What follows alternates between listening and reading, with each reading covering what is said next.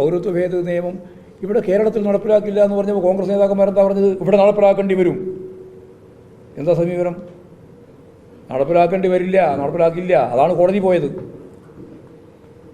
കേന്ദ്ര ഗവൺമെൻറ് കേരളത്തെ അതിശക്തിയായിട്ടുള്ള സാമ്പത്തിക പ്രതിസന്ധിയിലേക്ക് നീക്കാൻ ശ്രമിച്ചപ്പോഴും ജനങ്ങളോട് പറയേണ്ടത് പറഞ്ഞു.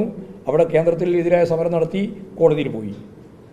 കാരണം ജനങ്ങളെ സഹായിക്കുക എന്നുള്ളതാണ് ഇടതുപക്ഷ ജനാധിപത്യത്തിനുള്ള ഏറ്റവും പ്രധാനപ്പെട്ട ചുമതല. അതിവിടെ പാവപ്പെട്ട മനുഷ്യർക്ക് കൊടുത്തുകൊണ്ടിരിക്കുന്ന ക്ഷേമ പെൻഷൻ കൊടുക്കാൻ സാധിക്കുന്നില്ല. 57,000 കോടി രൂപയാണ് ഈ മാർച്ച് അവസാനിക്കുമ്പോൾ തരാതിരിക്കുന്നത്. 7,000 കോടി രൂപയാണ് കേന്ദ്ര സംസ്ഥാന പദ്ധതിയുടെ ഭാഗമായിട്ട് വിഹിതം തരാൻ ബാക്കി വെച്ചിട്ടുള്ളത്. അത് അന്നേരം ഇവിടെ എല്ലാ മാധ്യമങ്ങളും പറഞ്ഞു ഒന്നും കൊടുക്കാനില്ല. അവസാനം മനോരമയ്ക്ക് പറയേണ്ടി വന്നു 700-ലധികം കോടി രൂപ ഇപ്പോൾ കൊടുത്തിട്ടുണ്ട്, ഇനിയും കിട്ടാനുണ്ട് എന്ന് അവർക്ക് തന്നെ പറയേണ്ടി വന്നു. അപ്പോൾ കള്ള പ്രചാരവേല നടത്തിക്കൊണ്ടിരിക്കുകയാണ് മാധ്യമങ്ങൾ. മാത്രമല്ല, മാധ്യമങ്ങൾ അതിൻ്റെ മുമ്പിൽ, അതിൻ്റെ ഒപ്പം തന്നെ ഈ ഭൂസ്വ രാഷ്ട്രീയ പാർട്ടികളും ശക്തിയായിട്ട് ഗവൺമെൻറ്റിനെതിരായിട്ടുള്ള പ്രചാരവേല നടത്തിക്കൊണ്ടിരിക്കുകയാണ്.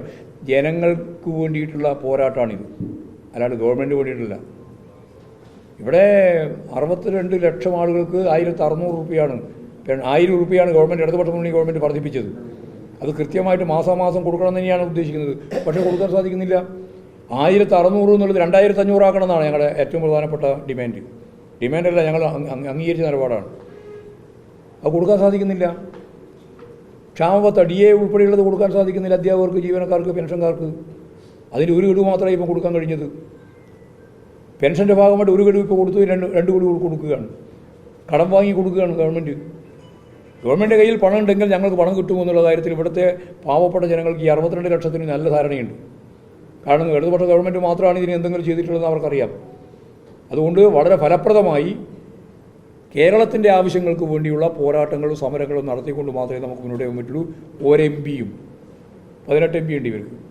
ഒരു MPയും കേരളത്തിൻ്റെ ആവശ്യം പാർലമെൻറ്റിൽ മുണ്ടിയിട്ടില്ല. അഥവാ മുണ്ടിയത് മുഴുവൻ കേരളത്തിനെതിരാണ്.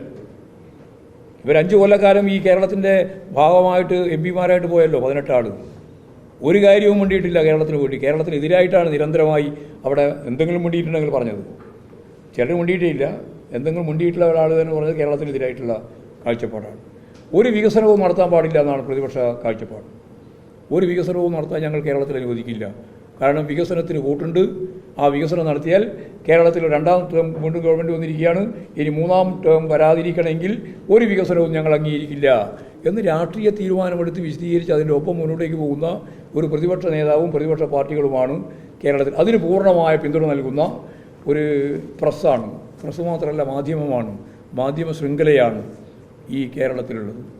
കമ്മ്യൂണിസ്റ്റ് വിരുദ്ധതയും വലതുപക്ഷ ആശയവൽക്കരണവും ഏറ്റവും ഫലപ്രദമായി നടക്കുന്ന ലോകത്തെ ഏറ്റവും പ്രധാനപ്പെട്ട ഒരു കേന്ദ്രമാണ് കേരളത്തിലെ മാധ്യമ ശൃംഖല. അതിൻ്റെ വർഗപരമായ കാര്യങ്ങളിലേക്കൊന്നും ഞാനിപ്പോൾ കടക്കാൻ ഉദ്ദേശിക്കുന്നില്ല. അത് പറഞ്ഞു പറ്റിയില്ലെങ്കിൽ നിങ്ങളെപ്പറ്റി നിങ്ങൾ തന്നെ വിളിച്ചു ചേർത്തൊരു യോഗത്തിൽ ഞാനിത് പറഞ്ഞിട്ടില്ല എന്നുള്ള തെറ്റിദ്ധാരണ വേണ്ട. ഞാൻ പത്രസമ്മേളനത്തിലൊക്കെ പറഞ്ഞുകൊണ്ടിരിക്കുന്ന കാര്യം തന്നെയാണ് ഇത്.